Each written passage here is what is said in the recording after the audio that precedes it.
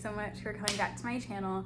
So usually I have been doing hair videos and hair product reviews. However, I want to start making more mental health videos just because that is something that I'm extremely passionate about, I deal with on a daily basis. So I feel like I just would like to talk to y'all about that. And plus, like, a few people have like asked me to do it. So finally I am doing it. So if y'all follow me on Instagram, if not, please follow me at Shy Girl Sentiments. So if y'all follow me, you know that I post about something regarding mental health, like probably every day, twice a day, like on my story. And then most recently I've been doing like a lot of just like my static posts on my page about my mental health. And so I kind of just like wanted to go deeper. For the past couple of weeks, I like really have been like, okay, I want to make a video. Like, I want to do this, I want to do that. I want to write, because I do have a blog, but I just like haven't had the energy to just like sit down and write. And in my head, it's just like, okay, let me make a quick little video. So yeah, I wanted to talk to y'all about my experience with an IOP. So what is an IOP? So an IOP stands for Intensive Outpatient Program, and usually people go to this when they've exhausted like normal therapy. So when I say normal therapy, I mean like once or twice a week. Usually people go, or not usually, a lot of people go to therapy once a week, bi-weekly, twice a week if something major has happened or they're going through a really difficult time. However, once you get to the point where you feel like you need to be going like multiple times a week and like you can't function, it's just that like every day is just draining, and it's just like you just need that extra support that's like really gonna give you like the will to, I don't even want to say the will to carry on, but like honestly, like this is where you go to an IOP. So let me backtrack. I have been diagnosed with depression, OCD, anxiety, dependent personality disorder, and I have some borderline personality disorder traits. I have not officially been diagnosed with BPD because I don't meet full criteria for diagnosis, but I do have some BPD traits. I'm not sure if I'm going to be going into that on this channel because this literally is super new. Like, I just talked to my therapist about this last week, so I'm learning more about that myself, but I do have a few of the traits. So anyways, those are all of my diagnoses. So yes, so basically I have been dealing with depression since 2014. I went through a really, really rough breakup. I was in college my sophomore year. I didn't have a good support system at school. I was away from my family, and I just like, I was depressed. Like, I remember, like, I typically don't like to describe depression as like crying all the time, but like this person broke up with me, and like I literally like cried probably for like the whole, like, I was just crying. And so I was away in college, like I said, and it got to the point where my parents were worried because literally all I was doing was getting up to go to class, because that's something I will do. I will go to class. Not shaming anyone who does not go to class for their mental health, because I totally get that. I would get up, go to class, eat, come back to my room, change clothes, get in my bed, and I would leave my bed to go eat, and then I would come back, and then I was maybe in a couple of student organizations, so I would do like the bare minimum with that. Like I would go to meetings that I had to be at, and then I would just come back and get in the bed. So I was not really hanging out with friends. I was maybe like meeting up with a couple of people for lunch or for meals, but nothing really like too social. And so my parents were really worried about me. And so the following weekend was Labor Day weekend. So they were just like, it's a long weekend. Like we need to like physically see that you're okay. So that was the start of like this whole saga. I don't even want to call it a saga, just like this whole thing. Yeah, so basically I went home and I did not talk. I was like staring at the TV, like things were on, and I could not like pay attention. Like I could not absorb anything. I was just like so shocked that this happened to me. Like I could not believe that like this person like they were essentially gone. So my mom basically made me go out to dinner with my dad, and we kind of talked, but not really. I was just like still like devastated. Like I literally, like I felt like someone had died. Like that's truly like how bad I was feeling like that whole weekend. Like I was just like, I was crushed. And then it was hard because the last time I was home, even though it was only like 2 or 3 weeks beforehand, the last time I was home, I was with this person. So it's just like, it was just so hard. So basically that happened. I was like, okay, well, I need to go back to school because I'm in college. So I go back to college, like nothing really changed. Like everything like stayed the same. Like I was still going to class, not really, I was doing the bare minimum for class. Like I wasn't reading, like I wasn't like failing classes, but like I just like was not, like my focus just was not there. That October I went home for fall break, and I was kind of like, I don't know if I'm gonna be able to finish school. Like this is too much. Like I feel alone. Like I'm so depressed. Like I can't even focus. Like these things. And so then my parents were like, oh, well, like we support you either way. Like we need to figure these things out.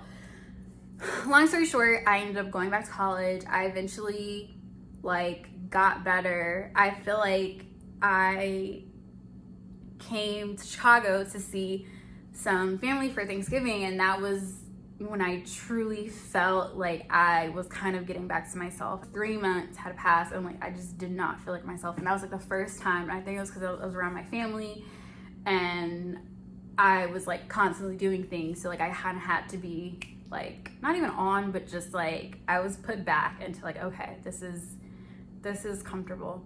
That winter, I started showing symptoms of OCD, and I had no idea what was going on. Like I would literally like I was washing my hands so much that my hands were like basically getting raw. Like I started having to put band-aids over my hands because like I would wash them so much so they would get dry out, and then I wouldn't use lotion, and so they would just crack. And I remember like telling my mom this like on the phone, being like, I've been washing my hands a lot, like I'm getting scratches, like I don't really know what's going on. My mom's like, oh, it's probably just like anxiety, because I was like during finals time. And I first started going to therapy like right before high school because I had really bad anxiety related to school. Like it wasn't like crippling, but at the same time it was like, this is way too much anxiety for someone to be having at this age. My mom was just like, okay, well, it's probably just anxiety. Like, it'll probably get better once you come home. It did not get better. It like got like 5 times worse when I got home. Like went from like washing my hand, like constantly washing my hands, to like always changing my clothes because I felt like I was dirty. It would take me like I remember one night I feel like it took me nearly like an hour and a half to just do my nighttime routine because I kept on redoing like everything. Then finally I was like, okay, well, I need to figure out what's going on before I go back to school, because I was going back to school for spring semester. And at this point I was like, could barely leave the house because I could like not even get myself together because I would always change, or I'd always be washing my hands. Like it was just like, it was literally like, it was so bad. So I saw my psychiatrist before I went back to school, and she was like, you have OCD. And I was just like, what? Because like I knew, like people always say, which like now I hate, like people are like, oh, I'm OCD this, I'm OCD that, like they're super organized, like they're really OCD. Like no, that is not OCD. OCD is when you have basically obsessions and compulsions. So like the obsession is like the thought of something, and then the compulsion is like, okay, like I'm going to do this, so that basically you do the compulsion to try to get rid of the thought, but it's like a cycle. It like keeps on going. I just didn't really know what was going on. And it was crazy because I remember the day that I was supposed to have my psychiatry appointment, like literally like I could not get out the house. Like I'm pretty sure my stepdad had to end up driving me there because I was so late, and like having to park and everything would have made me even later. So my stepdad just took me. And so yeah, I was diagnosed with OCD. That was that. I'll get into like that treatment in another video. Then fast forward to fall of 2017 or summer 2017, I graduated from college that spring, and I was like depressed, but like also I was always asking my parents like for reassurance with like every little thing. I was like, I couldn't figure out what I was gonna wear, like I didn't know what I was gonna eat, like all like I would just get so distressed just like making these like tiny decisions that sometimes people would be like, oh, it's a no-brainer, like it doesn't matter what I eat, like it doesn't matter what I wear, like just put something on. Like it felt like I was like trying to solve this like mind-blowing problem, but like it was literally just like food, or what am I gonna wear? And so I go to my psychologist, and she's like, oh, she wasn't really like that, but she was like, oh, I think you have DPD, dependent personality disorder. And I'm like, wow, this makes so much sense. Okay, add that to the list. And so basically, like quick overview of DPD is basically that it's a personality disorder. So it's kind of like not all encompassing, but like it basically like doesn't go away, but it's like different than like depression and anxiety, because like those things can get triggered, and then like I'm not depressed all the time, but like I don't know, I guess like this also gets triggered, but I guess it's more so part of like my personality, which is why it's a personality disorder. But basically the main thing is like people with this disorder feel like they have like a fear of abandonment, or that people are going to leave them. Also that basically like people are going to leave them, and then they're going to have to take care of themselves. So that's like the whole piece. Like they have a fear of like being left alone, and that they're not going to be able to take care of themselves. Now, backtrack to summer 2019. I was like basically dating this guy, and like he was like in my head is perfect. Anyways, that's a whole other issue. But yeah, so basically I essentially like really liked him, and long story short, like obviously like we didn't work out, and it like really hurt me because I like really cared about this guy, but like I thought this was like, okay, like this is the one right here. And it was mainly because like he is also like a huge advocate for mental health, and that just was like, oh my gosh, like I never thought that I would like meet someone who like was as passionate as mental health as me, or even more. That was just like, oh my gosh, like someone actually exists. And then I just like was like, yes, like now you have my heart. Anyways. When I realized that like, okay, like this like isn't like, it's not gonna be a thing, I was like crushed. And so then that like ultimately like led me to wanting to do the IOP program. So yeah, so basically I was like extremely depressed. It was super hard to get out of bed. It was like,